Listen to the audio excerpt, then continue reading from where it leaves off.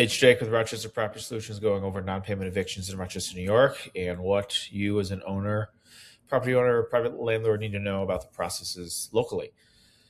So I'm going to go through the steps and the general timeline that we follow and the key points of failure where we see most self-managing landlords maybe go wrong with this. And as a self-managing landlord, how you can avoid these pitfalls and traps so that you can efficiently get the rent that's owed to you in the event you have a non-payment situation. So rent's due the first, rent's considered late after the fifth, and most leases in New York State. While you can feel the need to give someone a 14-day pay or quit notice on the 6th of the month, wait until the 10th. Most attorneys won't even file for you until after the 10th, and the court, if you give them a notice, if you file your petition on the 8th, sometimes the courts tell you try again in 2 weeks, try again in a week. So we don't request service till the 10th. Service is usually around the 13th, 14th, and that is something the court will accept. So that's a good trick. Notice in New York State, you are not allowed to use summary eviction proceedings to collect non-rent payments. So you cannot use housing court to get anything other than base rent. This is a big detail. So if your tenant has been charged previous legal notices, if they've been charged maintenance charges, if they have late fees, if they have pet rent, even anything that's not rent, base rent, even if your lease says shall be considered rent, it doesn't count. It has to be the base rent, the $7.95, $14.95 a month rent charge. That is the only thing you can go after in eviction court in New York State. So if your tenant owes you $2,000 and it is all fees and they're paying their rent, then you can't go to non-payment court for that. Very important detail.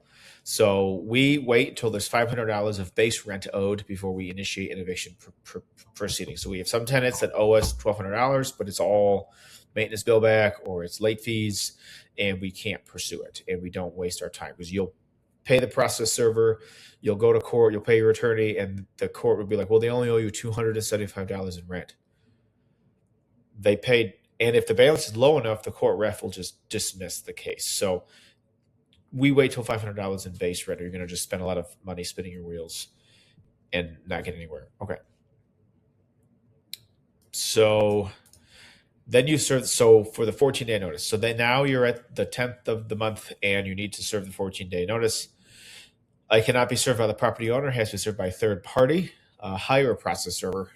Just do it, because the 14-day notice has to be correctly formatted. So that has to be attorney approved.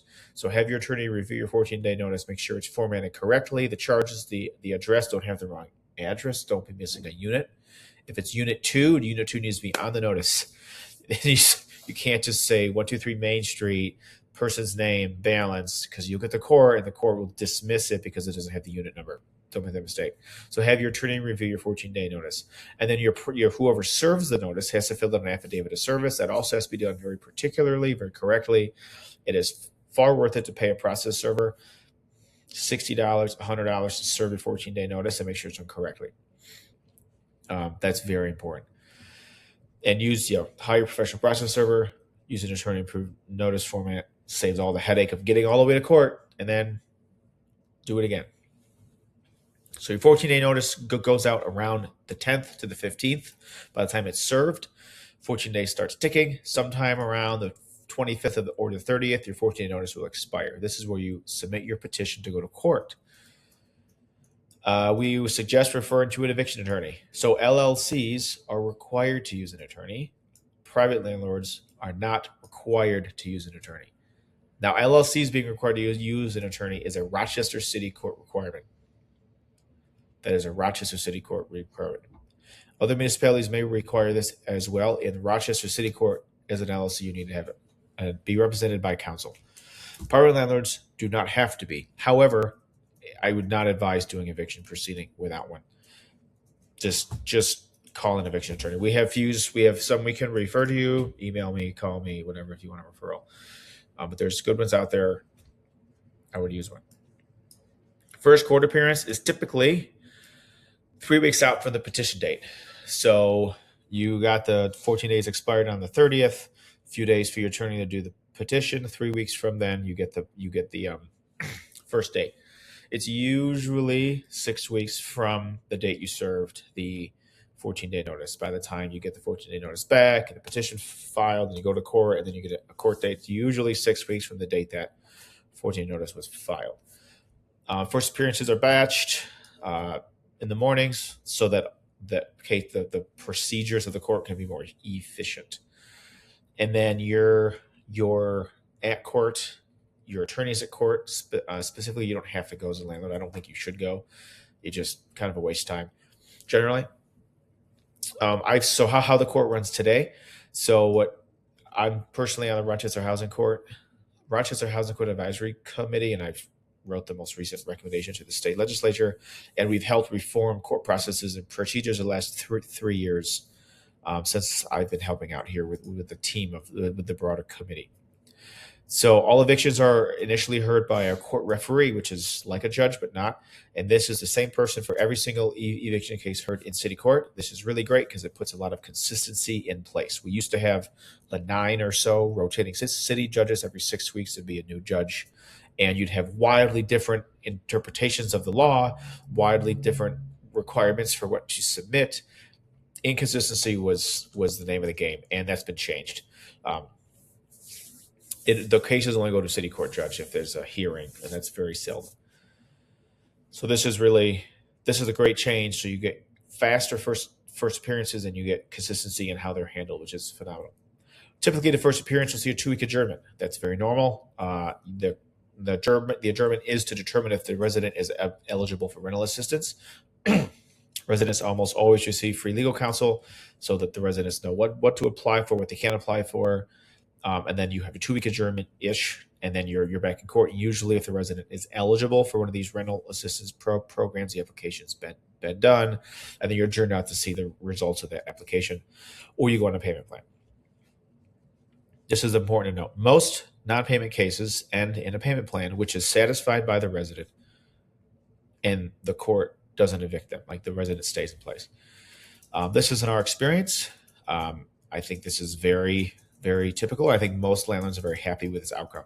You may request to not have a payment plan if you'd like to have that specifically requested by your attorney. Hey, we are not open to a payment plan at this time.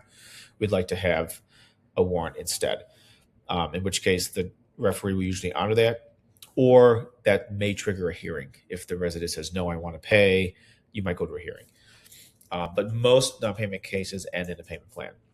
How they look is normal rents due by the 5th, and then an installments due by the 25th. That is normal. The court will grant but stay your warrant of eviction, meaning you have a warrant of eviction, but it's stayed, so it's not enforceable until the end of the payment plan. And usually, if the tenant pays the payment plan all the way through, then the warrant expires and it's no longer usable. I'm going to stress again, most of our non-payment cases end with a resident completing the payment plan and staying in the property. If a resident misses a payment plan, we wait until the second missed payment. We do that because if they miss the first payment, and then you do the order to show cause, you file a default, you request a warrant, and then the payment, and then the tenant pays, and then the tenant files an order to show cause, and you're back in court for a hearing for an order to show cause appearance before a judge. Like, yes, this tenant owed the 5th. They didn't pay it. You requested a warrant on the 10th. They paid it on the 15th. They're good to stay. So we wait until 2 payments have been missed, because then we don't have this back and forth with the court triggering another legal fee from the attorney, and back and forth. It's completely avoidable. And then if they missed their second payment, then you request your attorney to order the warrant. They order the warrant. Then the marshal serves the warrant. Another 14 days to vacate. If the resident does not vacate, then the marshal shows up and locks out the resident. Typical timeline from serving a 14-day notice to lockout is about 90 to 120 days. If there's complications, if there's numerous order to show causes, if there's numerous adjournments, it can take much longer. Typically, overwhelmingly, our cases are 90 to 120 days for if we're getting possession. But if you're not getting possession, you're getting a payment plan, that's usually on the first or second appearance, and then they pay the payment plan the entire time, and then the warrant expires. Some best practices for you as a property owner. Serve on the 10th. Don't serve earlier, but don't serve later either. We take over some properties and the tenants owe, I'm not exaggerating, 26 months of rent because nobody wanted to start an eviction. Don't do that. Serve on the 10th. Only pursue base rent owed. Um, that's important. Wait until the balance justifies your legal costs. We do $500.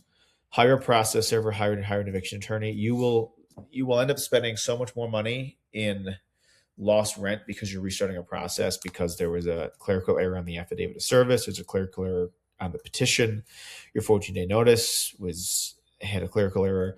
You'll restart. You'll go through the hoop to do again. You might as well just hire professionals to do it for you. Makes it much, much easier to handle. Use the court to formalize payment plans. That's really nice. Again, most of these non-payment matters end in a payment plan and the resident stays. So don't think about the going to court as I'm giving up on the resident and I'm throwing them out and we're not going to negotiate anymore. That's not how it works. And if you're a small landlord, you can usually work out the payment plan with the resident before they go to court. And then all you're doing is having the court sign off on the payment plan you've agreed to. The court's very flexible with how they want to do the payment plans. Usually they extend them out 12 months or so, depending on the balance. So you can extend them out pretty long so that the resident is able to make that payment plan feasible. So it's just a way to enforce a settlement, enforce a payment plan that you've agreed to. It's not just throwing them out. Okay, this is really important. Most new landlords think a 14-day notice is giving up on a resident. It is not. It is the beginning of the legal process, which again ultimately typically ends up in their resident staying, which is not like quitting by any means. Here's a quick visual guide for the process if you like it. It's a good, quick reference guide on the timeline. I'm not going to rehash that.